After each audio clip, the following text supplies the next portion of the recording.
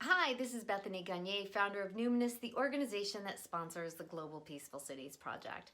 And if you're watching this video right now, you are probably one of the growing of millions of people that are now starting to embrace this premise that our thoughts can actually impact what we experience. There's a growing groups of people that are starting to get this whole concept that our thoughts are not idle. That in fact, as Lynn McTaggart writes, thoughts are things that influence things. And certainly I've known this for 25 years. I've been working in the field of biofeedback for that long. And what never ever ceases to fascinate me is the fact that the mind has impact. And biofeedback instruments have demonstrated that to me for over 25 years.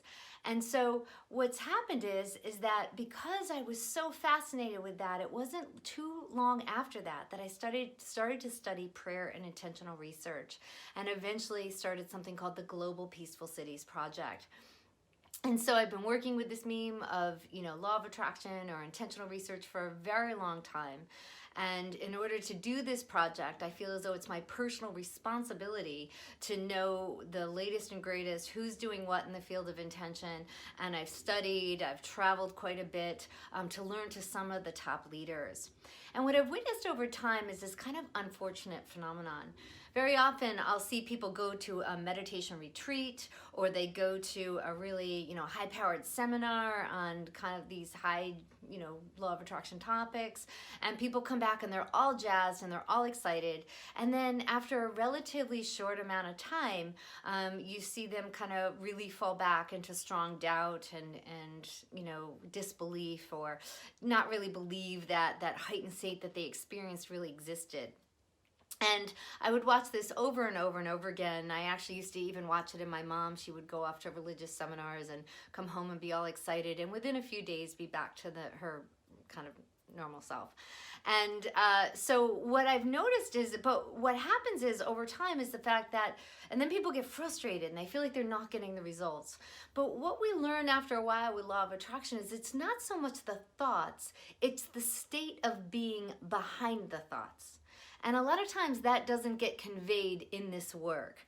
And so I would watch this over and over again and get frustrated as people would come back and lose faith in the work, lose their faith in this work. And I really have come down to, over time, recognizing that all of this is really it comes down to being very kind of binary. And that is this idea that all the situations in our lives, they either ask us to expand or contract, right? And that the path of spirituality is, can we consistently work on expanding even in the face of challenge, right? So it's very binary. Are you going to expand or contract? And so people go off to these seminars, their fields expand, they feel fabulous, they're coming back, they're thinking positive, and over time, because they don't know how to sustain that expansion, they contract and then they feel miserable again. So because I watched that so many times, I put together a program that we refer to as the Intentional Coherence Athlete Program. And what it does is help people maintain that heightened state of consciousness to be able to create more of what they're looking for in life. You see, law of attraction is always working. Our intentions are always manifesting in the world around us. But in order to have those magical experiences that you read about in the books and all of that, a lot of that has to do with sustaining this heightened state of being, right? And so that is training the nervous system to be able to sustain that. So I called it an Intentional Coherence Athlete Program because we are training the body just the way an athlete would train to do their sport, or a musician would train to get the music in their fingers, right? Just like that, we are training our autonomic nervous system to be able to sustain heightened states of consciousness 24/7. So that's why I call them athletes. They're intentional coherence athletes, and they're training to be able to sustain these states in the body. Now, to really train that level of the autonomic nervous system, we work with something called heart rate variability or coherence. We collaborate with the Institute of Heart Math, and we are teaching people about heart-brain coherence. So we work a lot in the heart to be able to keep the heart open no matter what life is sending with us.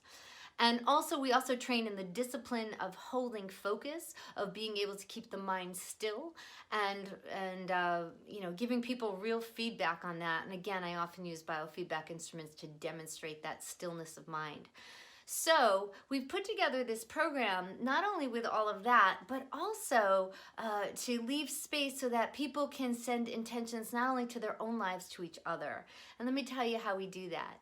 We meet about every 2 weeks online, where I drop in an intentional key, and we have a big discussion online, and then I leave plenty of room for people to share what's going on in their own lives and what they would like intentions for, support for.